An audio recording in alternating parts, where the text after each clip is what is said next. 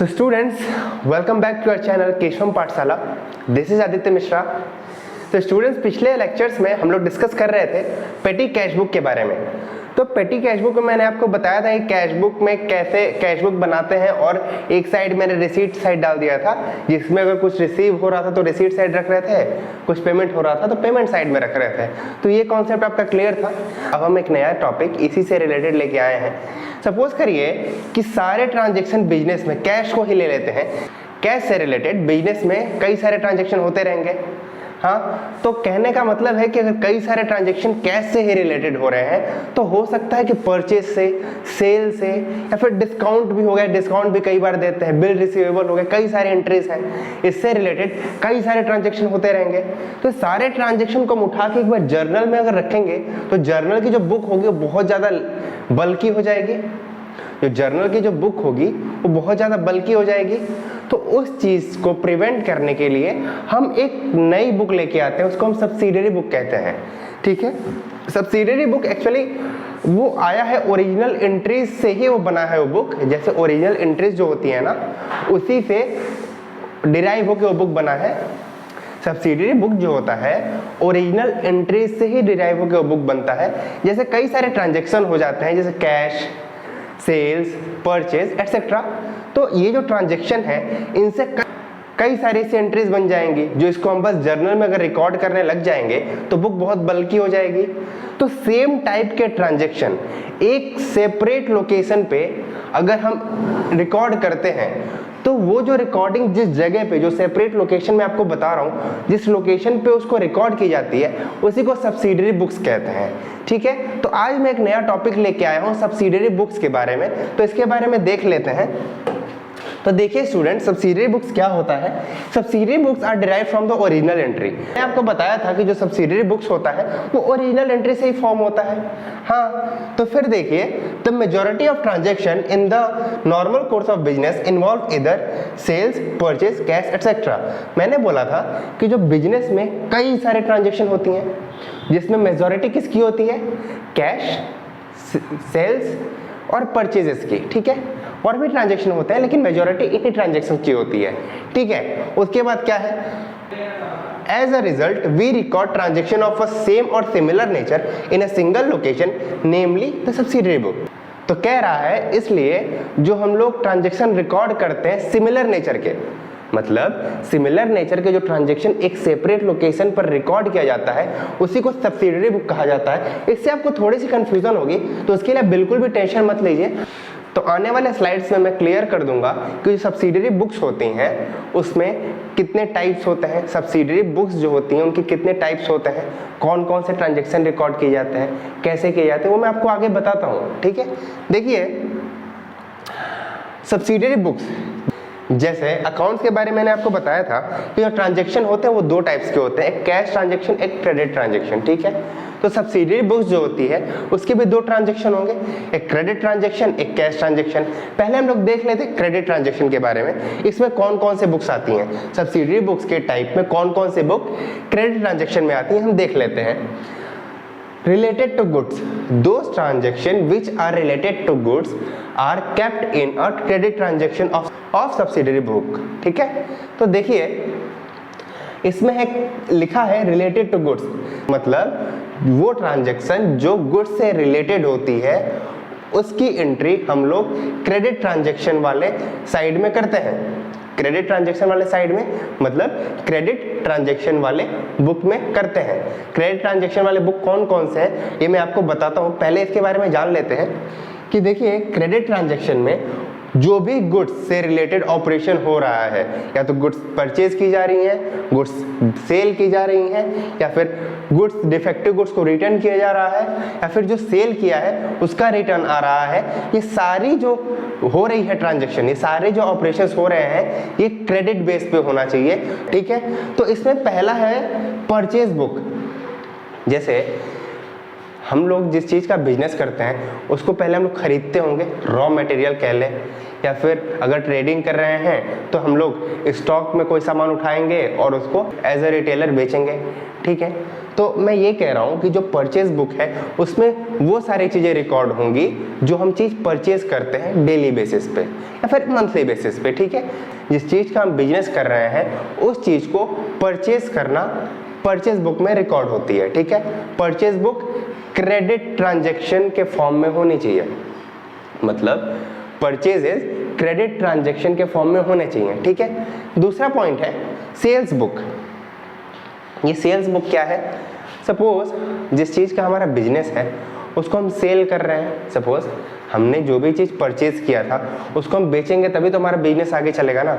तो अगर हम उसको सेल कर रहे हैं, हम इनकम जनरेट कर रहे हैं, तो जो भी हम डेली बेसिस पे सेल करते हैं उसको भी एक जगह रिकॉर्ड करेंगे और उसको जिस जगह पे रिकॉर्ड करेंगे वो हमारी सेल्स बुक होगी।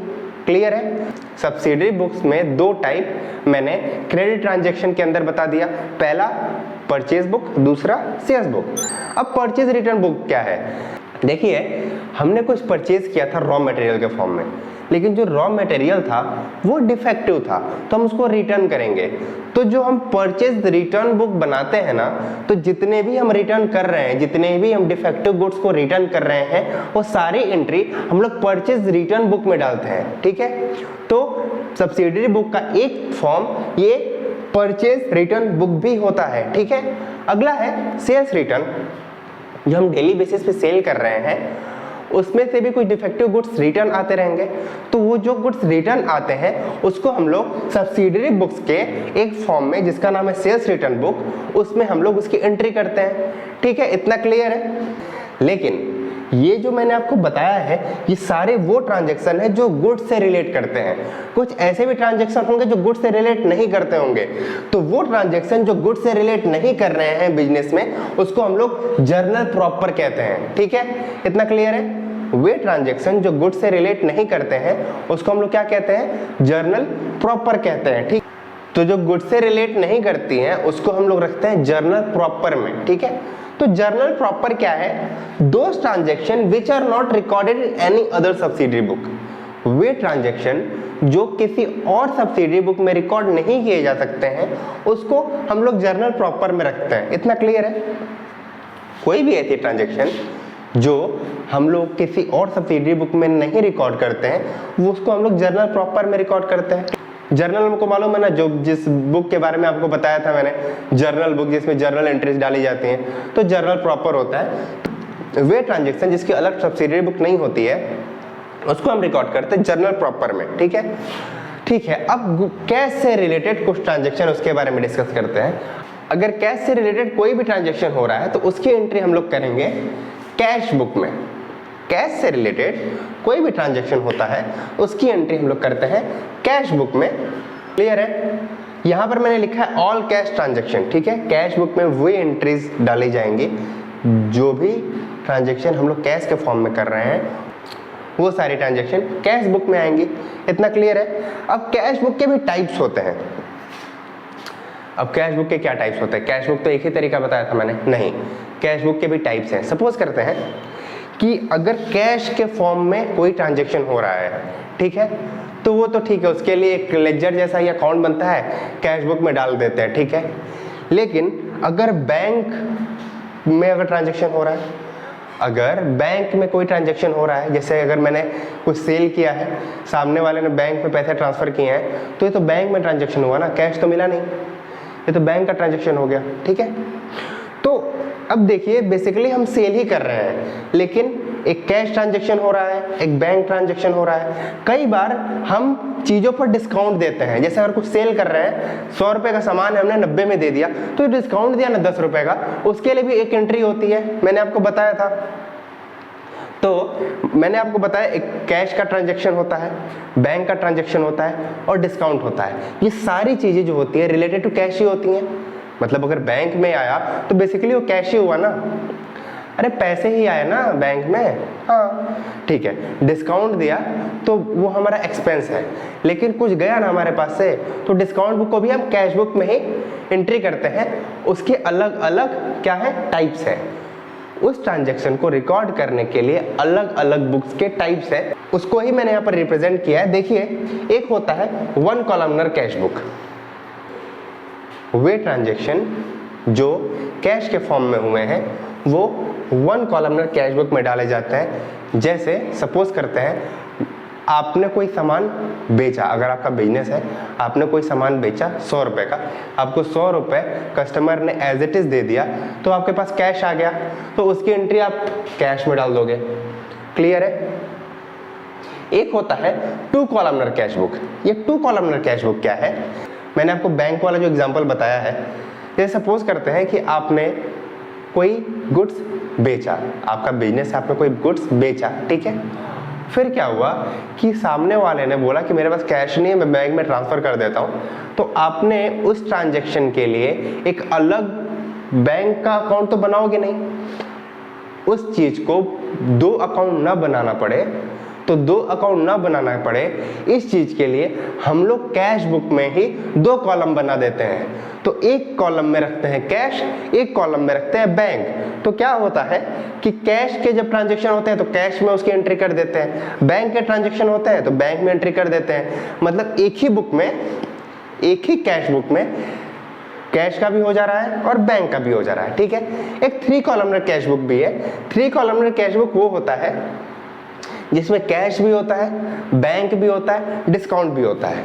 हमने अपने बिजनेस में कुछ सेल किया है और सामने वाले ने हमें कैश दिया है, तो उसकी एंट्री तो कैश में हो जाएगी, ठीक है। एक और चीज, एक और मैंने आपको पहले बताया था कि अगर सामने वाले ने हमारे बैंक में ट्रांसफर किया है तो उसकी एंट्री बैंक में हो जाएगी। अगर हमने किसी को डिस्काउंट दिया है तो उसके लिए एक अलग एंट्री करनी पड़ेगी, तो वो एंट्री के लिए अलग बुक ना बनाना पड़े, इसलिए हम लोग कैश बुक में ही थ्री कॉलम बना दिए। एक कैश जिसमें कैश से रिलेटेड ट्रांजैक्शन होती हैं, एक बैंक जिसमें बैंक से रिलेटेड ट्रांजैक्शन होती हैं, और एक डिस्काउंट। अगर कुछ डिस्काउंट हमने दिया है उसकी ट्रांजैक्शन हम लोग डिस्काउंट कॉलम में कर देते हैं।